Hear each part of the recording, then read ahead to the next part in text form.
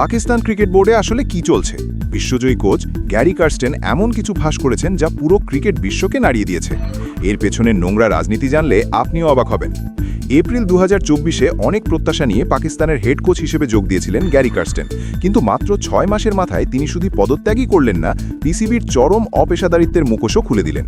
টক sports ক্রিকেটকে দেওয়া এক সাক্ষাৎকারে তিনি সরাসরি জানিয়েছেন পাকিস্তান বোর্ডে যে পরিমাণ অযাচিত হস্তক্ষেপ চলে তা তিনি তার দীর্ঘ ক্যারিয়ারে আর কোথাও দেখেননি। কোচ হিসেবে নিজের মতো করে পরিকল্পনা সাজানো বা প্লেয়ারদের সাথে কাজ করার কোনো সুযোগই সেখানে নেই। বাইরের অনবরত চাপ এবং একটু খারাপ পারফর্ম করলেই প্লেয়ারদের ওপর শাস্তিমূলক ব্যবস্থা, সব মিলিয়ে ড্রেসিং রুমে এক শ্বাসরুদ্ধকর পরিবেশ তৈরি করে রাখা হয়। সবাই যখন ভাবছিল পিসিবির এই অরাজকতা হয়তো এখানেই শেষ, ঠিক তখনই কার্স্টেন সামনে আনলেন সেই আসল সত্য যা প্রমাণ করে কেন পাকিস্তান ক্রিকেট বর্তমানে এই অবস্থায়। বন্ধুরা, ক্রিকেটের এরকম ইনফরমেটিভ নিউজ পেতে ভিডিওতে একটি লাইক দিয়ে চ্যানেলটি সাবস্ক্রাইব করে রাখুন। এবার আসি আসল পয়েন্টে। কার্স্টেন পরিষ্কার বলেছেন, যখনই দল খারাপ খেলে সবচেয়ে সহজে কোচকে বলির পাঠা বানানো হয়। এটা কোনো সমাধান নয়।